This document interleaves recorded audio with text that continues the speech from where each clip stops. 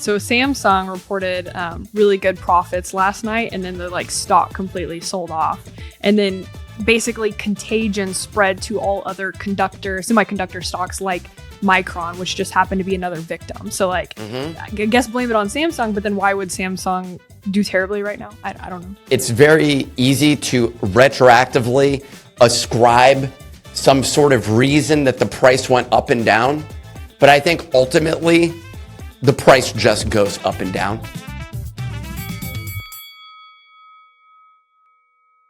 What's up, everyone, and welcome back to another episode of the Market Run-Up. I'm your host, Erin Gambrel, but you guys know me as the Blonde Broker. Today's special guest is none other than Nick O'Neill. You guys know him as Choose Rich Nick. He's the co-founder and CEO of Bodagos. This is going to be an exciting episode, so let's welcome him onto the show. Listen, I get you now. This is the perfect time. There's kind of a lot going on. Love your new studio. Love the setup. Thank you. Way more professional than mine, so we're gonna have to work on it on my end. I guess there's a lot going on. Definitely a lot going on in the market. I think crypto Twitter, as you and I call it, has been a little bit more lively. So I kind of want to talk about how the market has changed, and you are probably one of the best people that I could have on this show that has macro knowledge and can actually have an intellectual conversation, unlike some of our colleagues. But for the last decade, I think markets rewarded growth almost indiscriminately. There were zero interest rates, a lot of liquidity, and easy capital created that kind of environment where nearly every risk asset benefited. Today, though, higher interest rates have made capital more expensive. Gas prices have gone up. AI's become one of the strongest investment themes in the world, and I think investments are kind of scared on where they want to deploy their money. When you look at markets today, what do you think is the biggest thing investors still haven't figured out, and what kind of cycle are we in? Haven't figured out. That's a tough one for me versus, man, I'm trying to think how to answer this question. What haven't the markets figured out? Look, I'm someone who believes that markets are pretty efficient in terms of pricing things.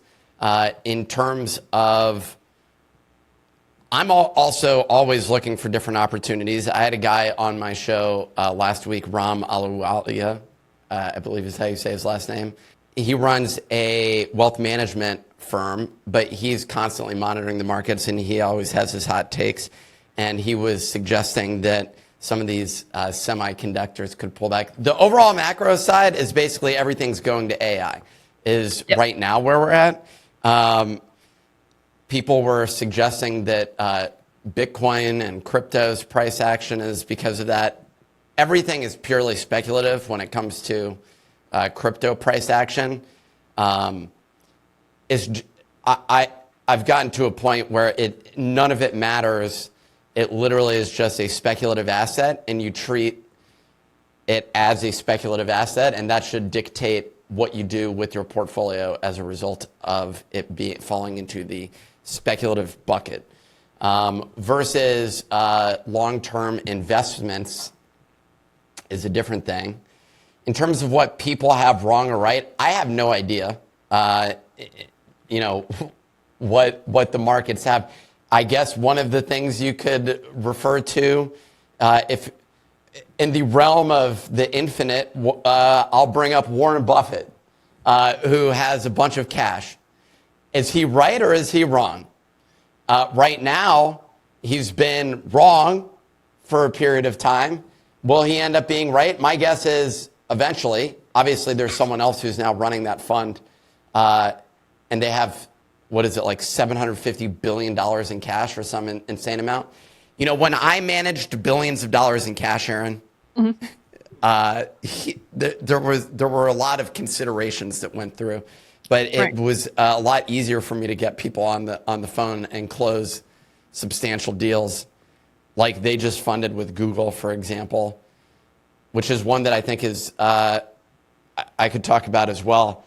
On the broad picture, it's very difficult for me to say. I can get into the specifics, though. Well, I mean, honestly, you did kind of nail it right on the head because one thing we've talked about on this show a lot recently with some of my other guests is that like crypto isn't competing against cash anymore. It's competing against AI, like you said, private credit, equities, and some of the strongest businesses that we've seen. Do you think crypto actually lost some like competition for capital in that mindset, or is the market simply underestimating where this next wave of demand comes from? I don't know if it competes as much with that versus it is a competes with like gambling capital, which is why I said speculative, which I think is the most important way of categorizing it. If you were like, hey, there's different buckets. Some people take their Bitcoin and they say, oh, I'm going to put this in my long-term investment category, and I'm going to put my 401k and everything else into Bitcoin. And there's a lot of people that have that perspective. That's an option. It's a wildly volatile asset class, which is why I was saying, well, what you're competing for there is the speculative component of things, which is gambling. Yeah. And so I actually don't know. When I look at something like AI, I can actually do some analysis on it. I can come up with something and be like, here's what I think how this business is operating. Here's what I think the demand for this particular thing is. You can draw it out. Whether or not your models are correct is completely subjective. Right. But when it comes to all of these other things, as it applies to like crypto is such a weird market. All this stuff that we went through with like NFTs and meme coins and things like that, that's like casino market. And so prediction markets is another category that has kind of like absorbed a huge portion of that activity. Absolutely. That's what I think you're really competing with. I don't think that when we're talking about institutional investors that we're talking about, Ansem's meme coin, and that they give any shit about any of that, and pump fun or any of these other things. They just don't care. And so that's not relevant to them. Yet those things are so important inside crypto land. Yeah. Which is why I'm like, okay, it kind of just makes the seriousness of crypto, or just like eliminates all seriousness of crypto, where I just look at it and I'm like, this is freaking depressing. Like, because there's way less substance. Like when I go build a software product and we're using it for sales development. We have an internal sales development agent that I built, basically, that's like going out, monitoring different companies on X, sending us messages for it, stuff like that. I'm like, well, that feels like practical and real. And then you're like, okay, let's talk about whether or not the Mensa token, which is Ansem spelled backwards, is a good investment. Well, that's not really a serious conversation. And so, I don't know. This was a long wind-about way of saying, like, I don't like categorizing crypto at all with traditional investment stuff. Yes, there are, like, macro impacts on that, and I've seen some of those theories, but, I mean, it's mostly speculative as to whether or not that's the case, and I have no idea. And price in all of these things are completely floating at any given moment in time and completely disconnected from the actual transaction volume and stuff like that. So like Michael Saylor sells a bunch of Bitcoin and the price goes up. Okay, well, isn't that guy the biggest holder of Bitcoin? Shouldn't the price go down when he sells it? No, it didn't go down when he sold it. What does that mean? I have no fucking clue. Okay, it's impossible to tell, because I think the price is just a rant, whatever people are willing to put the price at. Same as what's ticker MU? The memory company. Oh, Micron. Micron. I knew it was micro something. Micron. Micron has a massive pullback today. We have a huge pullback in chips and memories. And what is the cause of that price dropping 10%?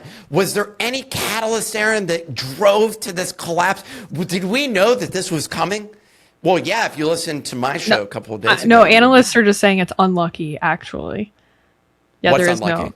There is no real. So Samsung reported really good profits last night, and then the stock completely sold off, and then basically contagion spread to all other semiconductor stocks like Micron, which just happened to be another victim. So I guess blame it on Samsung, but then why would Samsung do terribly right now? I don't know. Is Micron a good buy right here? It becomes increasingly compelling at some level. They have a PE ratio of 20, which is not pretty bad for a growth stock. I don't know. And it's down 30. It hit $1,219, something like that. I don't know the exact Pico top. High 1,255. It's now down at 900. We're down 355 off of that. People thought it made sense at that level. Sorry, this is a winding road. My apologies for bringing you down this. My whole point with all of that was I think it's very easy to retroactively ascribe some sort of reason that the price went up and down. But I think ultimately the price just goes up and down. Yeah. Great answer. Clip that one. That's perfect slogan. Okay, well, while we're on the hot topic, because I did have a question for you around this. I feel like it was really hard to not ask. It was the only thing I saw on X all week. One of the biggest stories, it wasn't Bitcoin, unfortunately. It was Solana. The launch of Ansem brought massive trading volume back to the ecosystem. I was sidelined, but it was cool watching, pump fund activity surge. CT, as we call it, felt alive again after months of relatively quiet markets because everybody was so scared. Oh, we're in a bear. We're in a bear. What's next for Solana? Do you think that this is the beginning of retail returning to meme coins, or are we simply just watching another meme cycle play out? You're shaking your head, so that's the no. A meme cycle? To suggest that Ansem is going to carry the market on his entire back and drive a bull market forward, to me, is a wild proposition.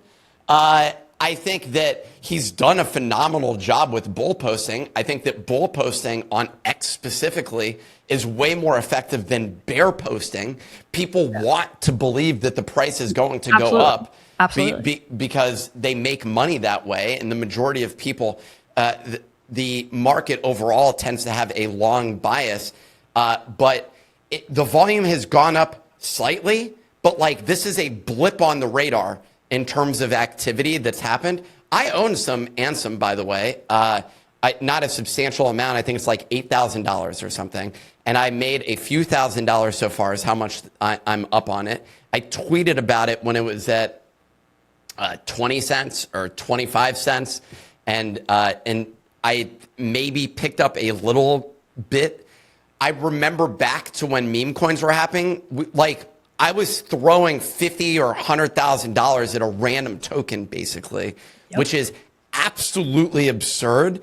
And now I'm looking at the liquidity, which is something that I don't even know if I was paying attention to. The Trump token obviously it was an insane circumstance, but I think that it's difficult to argue that we have an entire cycle back. I see people on the timeline. I saw K-Money pop up again, talking about different meme coins. He was big on MOG. He was big on Pepe. There were other people that I saw from former NFT people talking about all of this. Luca Ness just chimed in to describe Ansem as an icon amongst this space, basically, because let's be honest, he is. And the innovation that has been done, Erin, right now by Ansem is just absolutely jarring. Many of us are witnessing this right now and saying, my gosh, Ansem, you are a king amongst mediocre men and boys and a few women.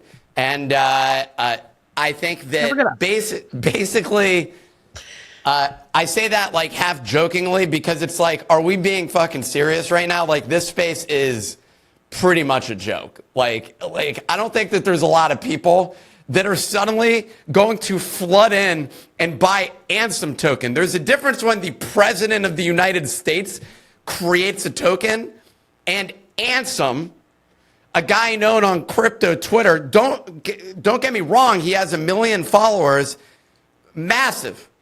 He's a tall guy also. When you're standing around him, you're like, my God, this guy is incredibly tall. Great boxer, by the way, also. Phenomenal fighter. I don't know. I would bet you would beat him up, if I'm being completely honest. You seem to have more training.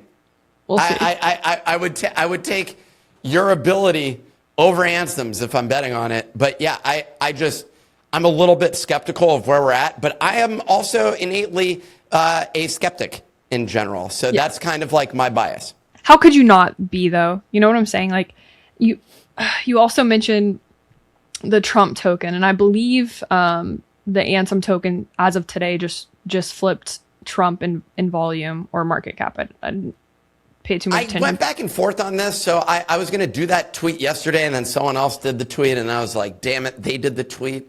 I wasn't able to get that tweet, but I'll live to survive another day.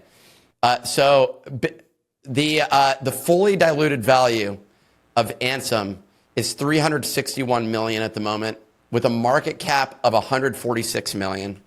And if we compare that to Trump, the market cap is 392 million, which is higher, so it hasn't flipped. And the fully diluted is 1.65 billion.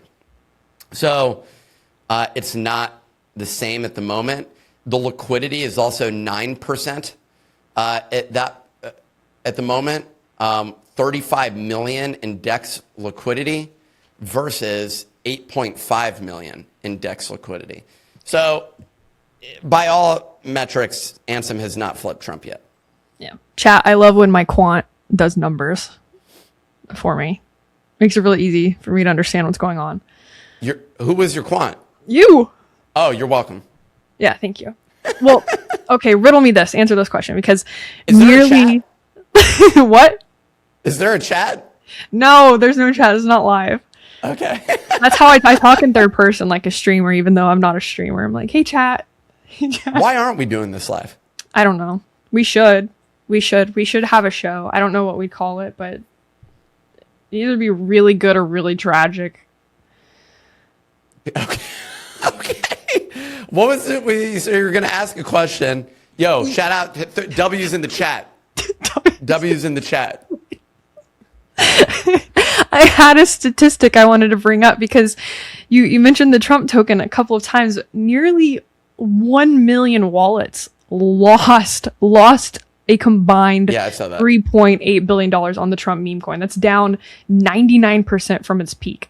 And at the same time, reports show Trump and his associated entities, they made hundreds of million, including I think it was 636 million just for meme coins alone as part of their 1.4 billion in crypto related income. What does that story say about these politically tied meme coins or celebrity tokens and influence in crypto? Well, let's first do a quick head count here. Raise your hand if you made money on the Trump token. Okay, so there we go. So and according to we are what do you, I forget the actual description that they described it. They were like smart traders or whatever it is. We're able to make money off of this thing. Yeah, that if you were up 500% or 5,000%, you were like, yeah, I think I'm going to take some gains off of this particular token. Basically, meme coins as a whole are a zero sum. And actually, I saw the fearless man himself. Oh my God, who's the guy who was accused of Andrew Tate? Andrew Tate. There you go. I saw him tweeting about how it's negative sum. Also, phenomenal boxer. Phenomenal boxer, but also he's pretty funny if you actually watch some of his content. I was like, he does tweet some funny things once in a while, which are just like if he, sorry. Sorry, this is a complete tangent. So, but what I was going to say is he called it negative sum, is what he said. And I think he was right, because what he was saying is you get charged fees when you go to the exchange, when you buy crypto, and then you use that crypto in order to buy the token. So you're already down. Like, there's already someone extracting money out of the ecosystem, like every single time that a trade, in order for you to get into crypto. And then the money just shifts from one wallet to the other. Yeah. So, and then there's different platforms just taking fees out of all of this. And so it's broadly, it's easier to view as a zero-sum game, but it's technically negative sum. And Trump and his team fully extracted from the ecosystem. So they made a lot of money off of it. And I think that that's just kind of universally accepted. And so the game is, you're entering this decentralized casino where we all go in and try and take money from each other. And yeah, and it's like if you're able to get money out, like, congratulations, like, you did a good job. You walked in and you walked out with more money, whereas over 50% of people do not walk out making more money. So you won. And I think that's like the name of the game. It's a weird business, but I think there's also like questionable, you can explore a lot of businesses that have debatable ethics, and you could explore the morality of like Meta and say, like, do we think that this is a net benefit for society, and are they making money in a positive way? But to be fair, at least they're not doing it in a way that's completely extractive, other than extracting our souls. Yeah. So, yeah. Listen, I can't wait till I can get over my high moral beliefs, and then I can just rug the shit out of you. That's exactly what I'm going to do. Okay, just out of curiosity, though, you might say Trump again, but like, who was the biggest mistake for crypto? Who has been like the most negative influence or output for crypto so far? There's what I want to say and then what I believe. These are two separate things. I don't know. I feel like we've already, this is unhinged. We've already gone off the rails. So give it all. What I want to say is Michael Saylor is the one that I want to say is horrible for crypto. I saw a guy, actually, there was a clip of a guy, it's funny, like, true Bitcoiners like really hate Michael Saylor. Really? Yeah, because they think he's like a net negative for society. So that's one of the, for Bitcoin as a whole, because he's not like all of his financial manipulation is just generally not a good thing for like kind of the thesis of Bitcoin, which is all about like you being your own bank, being independent from the system. And he's just creating all this like financial manipulation and pseudoscience and weird math and stuff to try and like pump the price, or not even pump the price, to build this leveraged asset. Why do you need to own that versus something else, versus just owning Bitcoin itself? Right. And I understand a lot of that in terms of, but I think he's probably been a positive catalyst in terms of amplifying the message about it. He's created a lot of copycats of companies that have bought Bitcoin as a result of it. So I think he's probably been a positive catalyst. In terms of overall negative, it's hard to say, because like Trump took out a lot of money, but there's like now policy that's being instituted. So like, I don't know. Like, I guess the most negative ones would be things like FTX, Sam Bankman-Fried. Was he a net negative? In the short, the price action was not good as a result of his crimes. So that wasn't good. I think that Do Kwon and all these other people that went to jail for crimes, I think anyone that was involved in crime probably was a net negative. There was, what was the true Ponzi that gave interest? Although now like a lot of the money's coming back. Before FTX, what had happened earlier in that year? There was another company that went under. Luna Terra? Yeah, Terra Luna. Terra Luna. Terra Luna, Terra Luna. So yeah, Terra Luna was the one. So I think Terra Luna, that probably was maybe one of the worst things that I've seen. Yeah, I think it was a couple of months actually before FTX, like maybe It was 6 like March. Yeah, I'll have to look it up actually.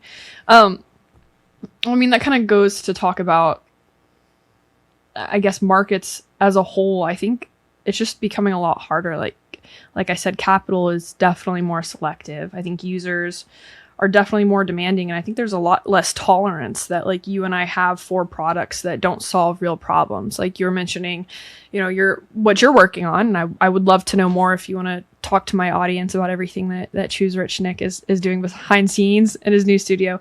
Why build in this sort of environment instead of simply waiting for the next bull market? Why build? Well, why do anything, Erin? Sometimes I wonder why not just lay on my couch and twiddle my thumbs and watch the World Cup, which is what I did for an hour today. In terms of good, but I can't believe we got kicked out. I mean, I don't know if you watched the game, but I can believe we lost based on how we were playing. I mean, that was just disgusting. Listen, I did some nasty bet, just hopeful thinking. I think the odds were really good. I said that the USA was going to take it all home. Listen, I didn't want anybody to follow that trade, but I had a guy literally quote tweet. He said, "Everything this woman posts a bet for a team, they lose." And I was like, awesome, fuck me. Yeah, and then I bet again last night that we would beat Belgium, the Waffles. I bet on that. My thesis was based on penis size, actually. So if you look at the smaller team penis on average by that country, and obviously you didn't measure, but penis size by country, you can actually Google and look. And I had found 75 to 80% of the smaller penises won, basically, was how I figured that out. But it turned around. Egypt was ahead in this recent game against Argentina, and I said, oh my God, my tiny penis gang theory is working, but then it reversed. So my thesis has crumbled horribly. Not related to football. No, anymore. The U.S. was smaller, supposedly, than Belgium, and Argentina was larger than Egypt. Egypt was one of the tiniest remaining, actually. And so I would have thought that they would have won, but they didn't. And that was a hell of a game. In terms of why build, which was the original question before we went on the tiny penis theory, large penises get in the way, Erin, if you're trying to figure out the rationale for that. As you're running, you're sprinting down the field, large. So the question was, why build? And the answer to that, the answer to that is, I think there's actually one area where you could ask that, and I think that's on the AI front, where you could say, why do anything if AI is going to get better and better and better? The answer is, I like taking advantage of all the AI stuff. I've been a software developer for decades, and I like building products. I get joy out of building something that feels real versus, and software feels more real than content. I guess a physical business would feel more real than software. But I don't know. I get joy in building things. I get. Yeah. What is the problem you're obsessed with solving then, like with your company? Okay, well, these are two separate things.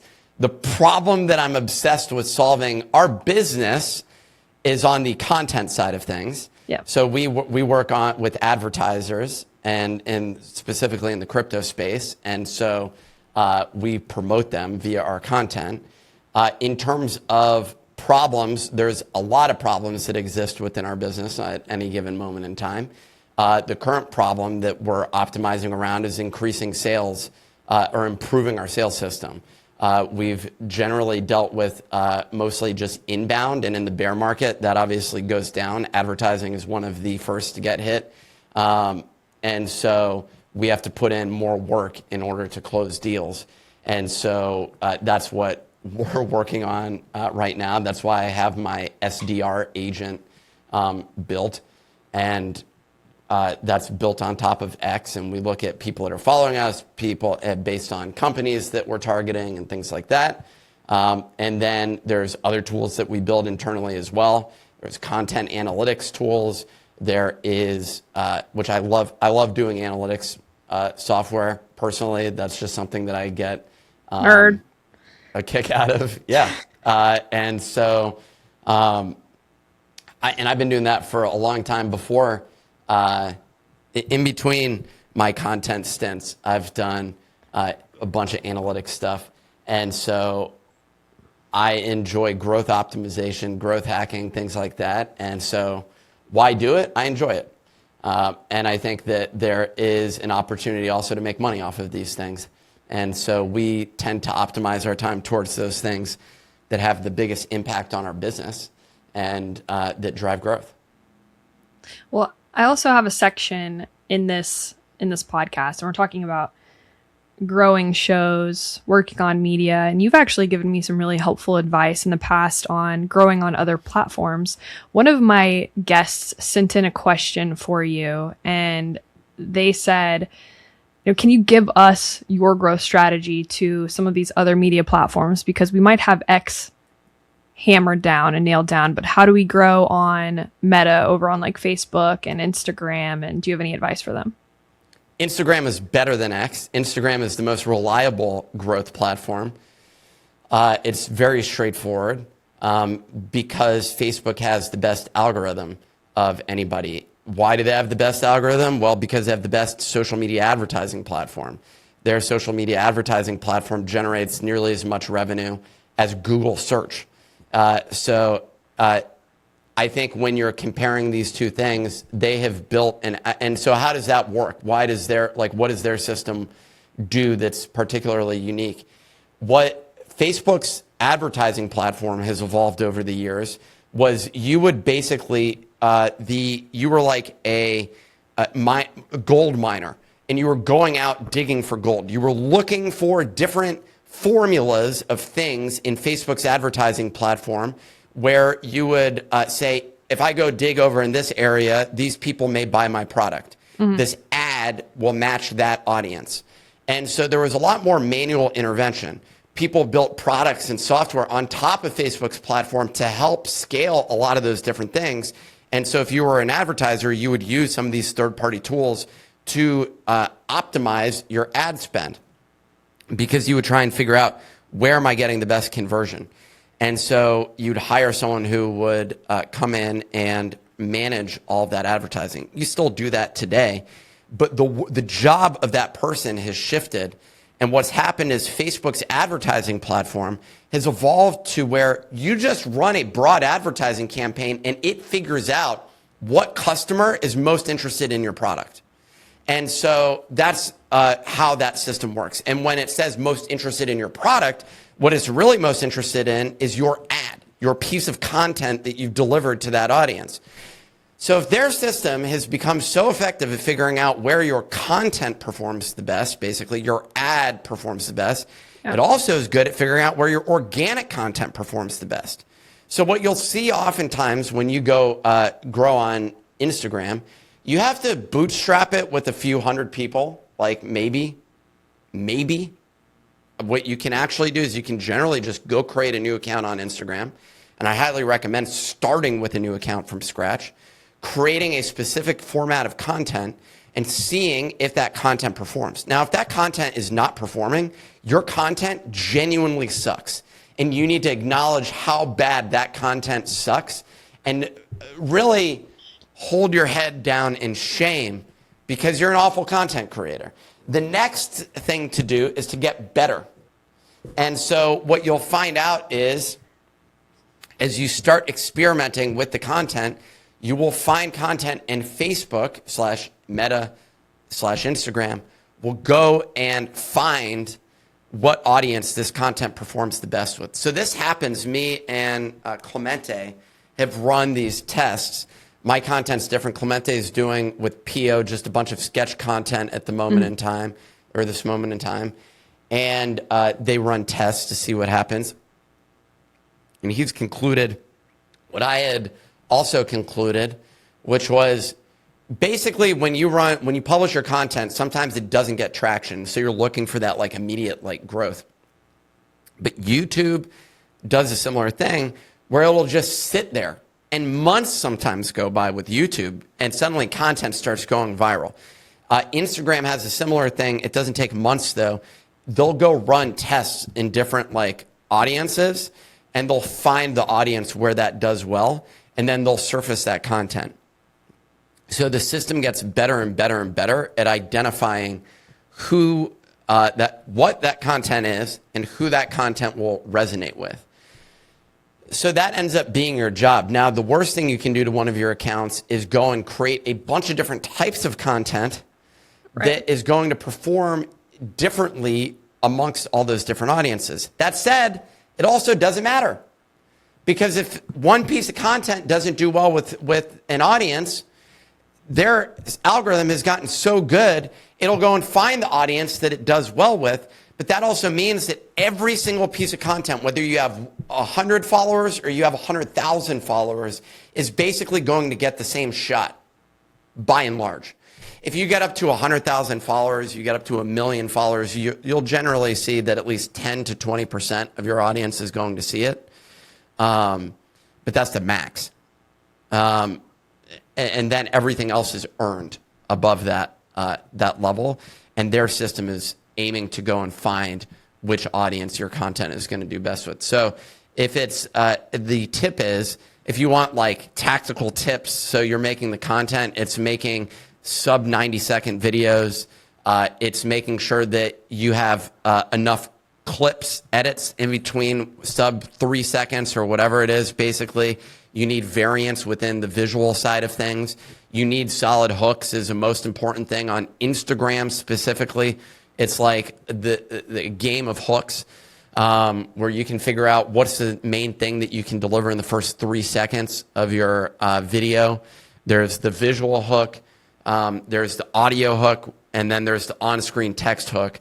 Those are the three things that you're really optimizing for, and you're trying to combine all three of those things to be aligned so that the person knows exactly what they're getting before they scroll.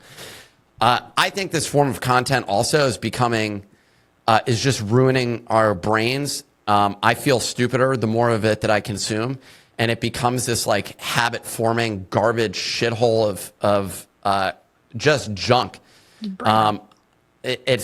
It's absolute crap that I'm consuming. And some of it is like intellectual even, positions itself as such, but is just crap. And so I'm like at a point where I'm like, I got to get rid of this phone. This is not good.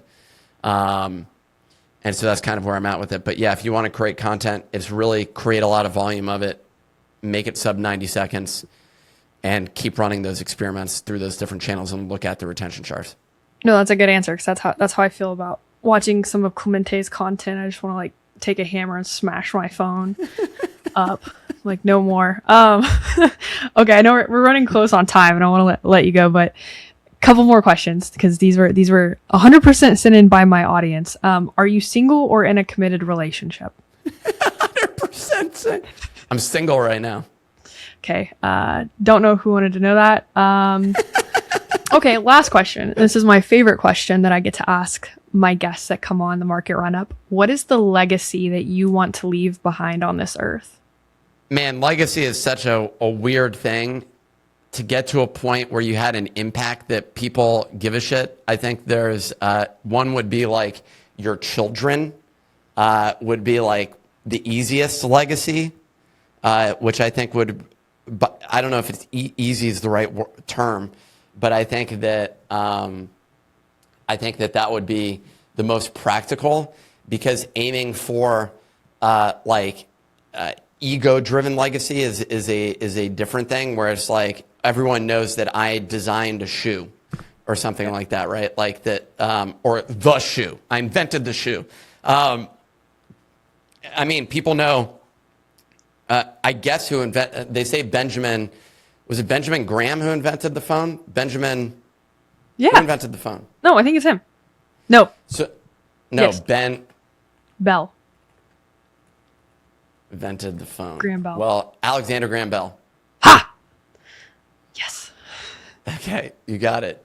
Well, I didn't have his name memorized. I watched. There was Larry David has his TV show on HBO, the new one, and I stopped it. It wasn't actually that good, but it was okay.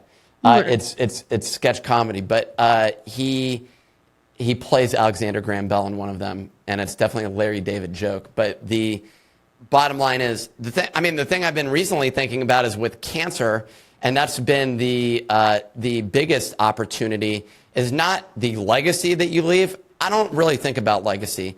I think it's more like what gives you meaning while you're alive, and what are you doing with your life while you're alive. And I think that that's something that I've thought more about. And there was something that I saw the other day. I've spoken with a lot of people, a lot of cancer, active cancer patients, basically, people who have cancer right now and are getting treatment, people who are survivors of cancer and had theirs cured, people that went through relapses of cancer, all sorts of journeys with cancer specifically, since posting about it. And I think that there's a massive opportunity to actually like help people and save lives as a result of basically proactive healthcare. Mm-hmm. And that's where I see there being a massive opportunity. You know, you can go, one of the starting points is just getting your annual physical. That would be like a good starting place.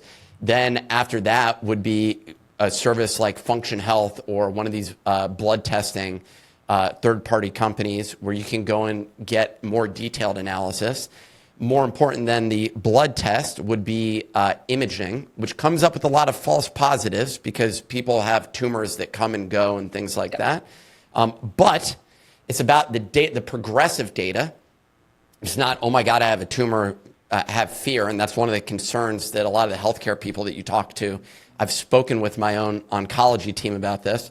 And there was a woman on the team that I was chatting with, and she was like genuinely interested because she was like, no, this is like an area that obviously we spend a lot of time talking about.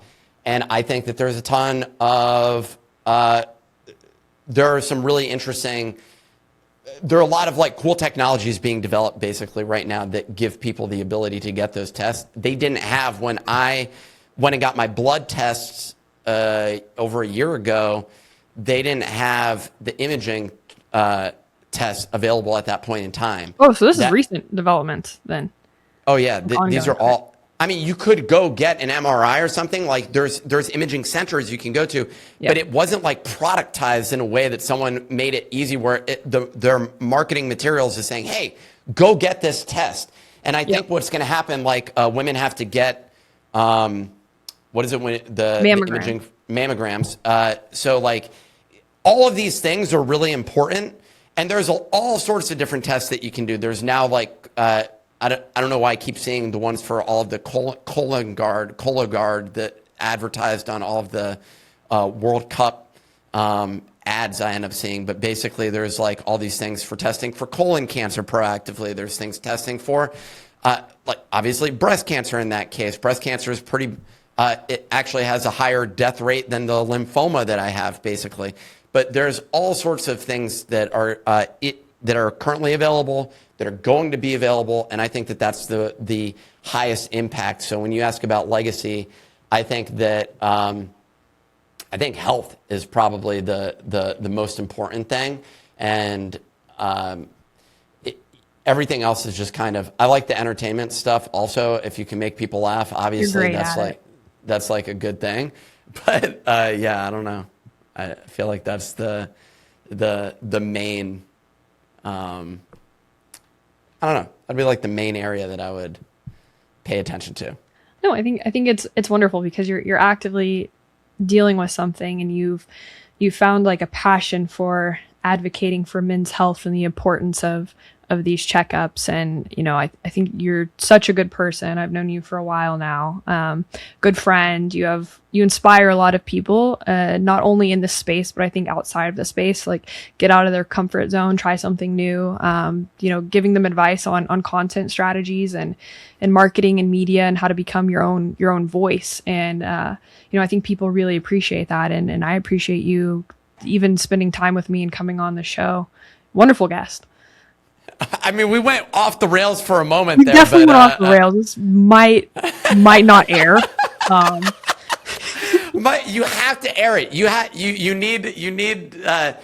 a duty to society and the future of society because of the positive message that I mentioned around the proactive healthcare.